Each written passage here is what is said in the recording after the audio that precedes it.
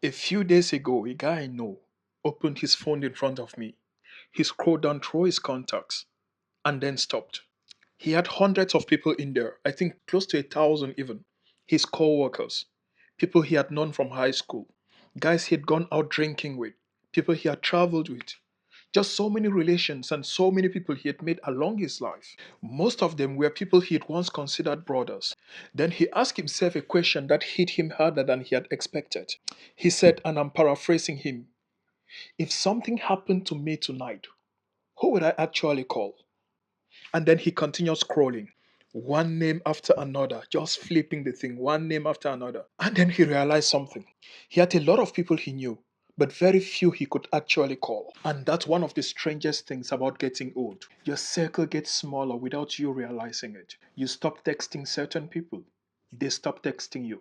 Birthdays become simple comments like happy birthday, bro, on Facebook instead of phone calls, instead of FaceTime. The group chat becomes quieter. Plans become even harder to make. And then one day you look around and you are like, where did everyone go to?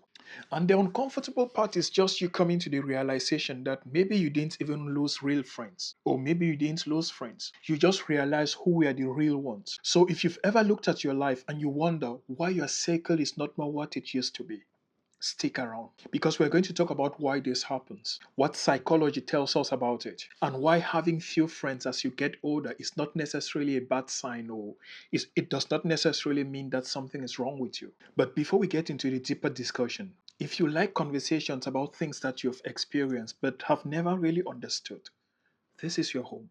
Smash that subscribe button. Because what we do every day is try to put meaning to those experiences we live daily. Why we do what we do. Why people behave the way they do. Why things move in a certain way. We just try to simplify them every day. So, again, if that's your thing, smash that subscribe button and turn on the notifications. Welcome to the community. When you are younger, friendship is almost automatic. Think about high school. You see the same people every day, the same hallway, the same cafeteria, same football field, same classes. You don't have to schedule friendships. You are already there. Then you go to college, and it's the same thing over again. You're surrounded by thousands of people who are similar to your age, who are going through similar experiences, who are going after similar things like you. And in such environments, it's easy for friendships to happen because proximity creates that opportunity. But then when adulthood hits, everyone becomes busy. One friend gets married, another one has kids, someone moves across the country for work, someone starts a business, another one works night shift, another one moves to Texas, one moves to California. And nobody sits down and say, hey, we are ending this friendship because we can't meet anymore. Instead, it just slowly disappears. And that's the part people don't talk about. Most friendships don't end with dramatic arguments. Usually, they end with, we should get together. And then they never get together. Then 3 months, then 6 months, then 1 year. And then finally, you realize you have not talked to that person for a number of years. And then they just fade away from your life. Until one day you're scrolling through Facebook or through social media, and all of a sudden you see someone post RIP. Or you see them posting out they're enjoying life in another country or making new friends in other cities. And that's it. And let me tell you something very important. Some friendships were never built in deep connections, they were built on proximity. You work in the same place, you live in the same neighborhood, you went to the same school, you go to the same gym. So when you remove that environment, most of the time, the friendship collapses. And that does not necessarily mean you are fake or the other person is fake.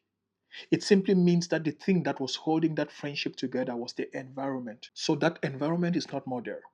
The friendship collapses. That is why someone can be your best friend for 5 years straight. And when one person moves towns, when one person moves between cities, that friendship collapses. You don't talk to each other anymore. And at first, you might take it personal. You tell yourself, he doesn't care about me anymore. Maybe he doesn't care about you anymore. But sometimes the truth is much simpler, which is that you no longer have the same daily life. And maintaining deep friendship as an adult requires something that young people don't usually have, or that young people don't usually give, which is intentionality. You have to make the call. You have to make the plans. You have to drive across town. You have to actually show up. And when life gets busy, a lot of people don't show up, unfortunately.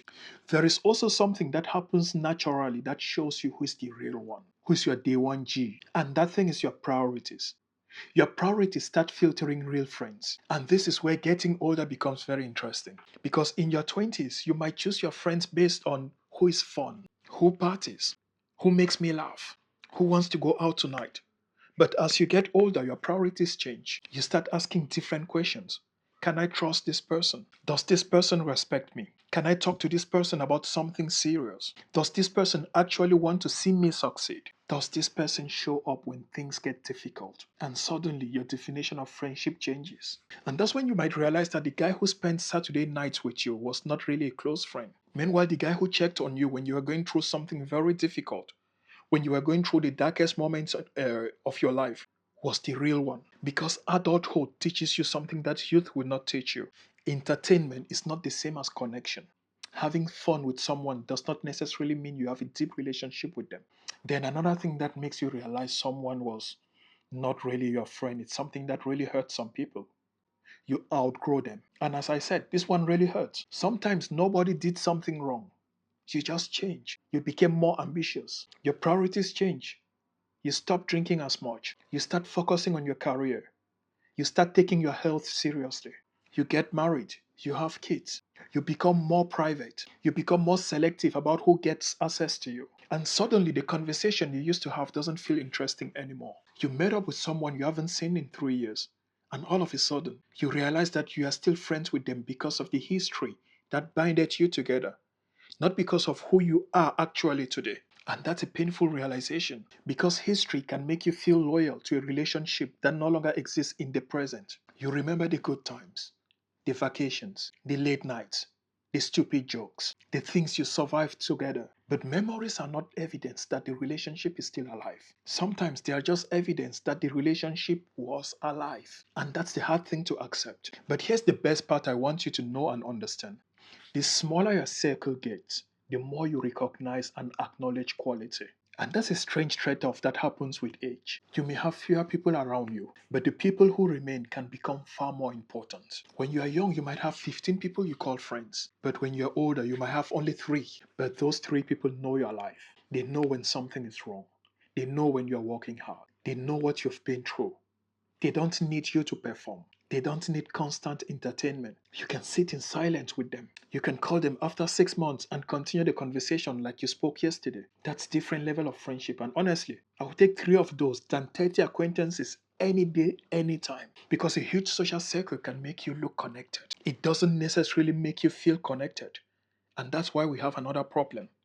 Your phone constantly tells you that you're surrounded by people. You see somebody's birthday. You like somebody's vacation photo. You watch somebody's wedding video. You see people at dinner. You see people at parties. You see somebody surrounded by friends at a football game. And then you turn and look at yourself in the mirror and you tell yourself, everyone has a life except me. But social media only gives you a highlight reel of other people's relationships.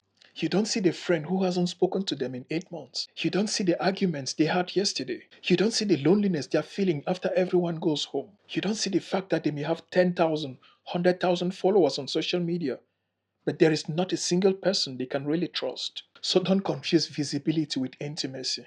Just because somebody's social life is visible, it doesn't mean it's meaningful. It doesn't mean you should want to have that social life. It doesn't mean they're not going through their own struggles or their own fights or their own demons. And I don't want you to get this one wrong.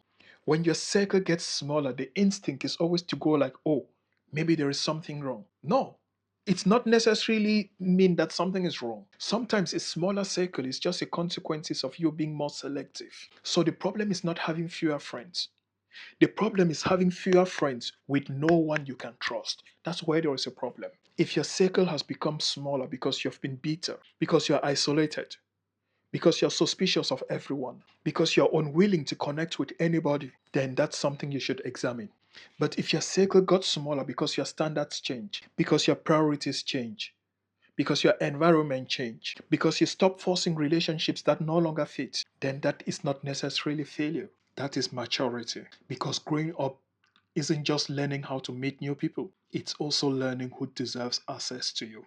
Now, if you want to build real friendship as an adult, here's a more practical path. Stop waiting for friendships to happen naturally. You are not in high school anymore. You have to create opportunities for the connections. Join something, join a gym, Join a sports league. Join a volunteer organization. Join a professional group. Join a church or a community organization if that's your thing. Take a class. Go somewhere consistently. And here's the key: consistency. Because you don't make close friends from one conversation. You talk, you help each other, you share experiences, you slowly build trust. And that's how real relationships develop. And when you find someone you genuinely connect with, don't play those stupid games adults usually play by telling each other we should definitely hang out sometime. That's stupid. Make a plan. Make it happen. Call them, invite them, show up. Because if you wait for someone else to maintain every friendship in your life, your circle is definitely going to diminish. And eventually, you're going to lose good, nice people. So here's my take on this. Maybe actually getting older doesn't give you few friends. It simply gives you few distractions disguised as friends. And when you're young, your social life is often determined by where you are. But as you get older, it gets determined by who you choose. And that's why one of the most important things you can learn about friendship is that you don't need a crowd. You need people who show up. You need people who tell you the truth. People who don't secretly compete with you. People who can celebrate your wins without feeling threatened. People who can sit with you when life gets ugly. And people who don't disappear when you are no longer entertaining or when you are no longer useful to them. And if you even have 2 or 3 people like that, don't take them for granted. Call them, check on them, make plans, show up. Because one day you're going to look around and you're going to realize like life moves much faster than you thought. And people you assume will always be there might not be there. So now let me ask you something. Has your circle eventually gotten smaller as you've gotten older? And if yes, do you think you lost friends or you finally learned who was the real friend? Share it in the comment section. And if this conversation made you think about some people in your life, hit that subscribe button because that's what we do here. We're building a community of people who share experiences every day. And I'm happy to have you here. Share this with your brother who needs to watch. Like, comment, subscribe, and then click on this video on the screen before you go. Because again, it's about everyday psychology. Thank you. Copy that.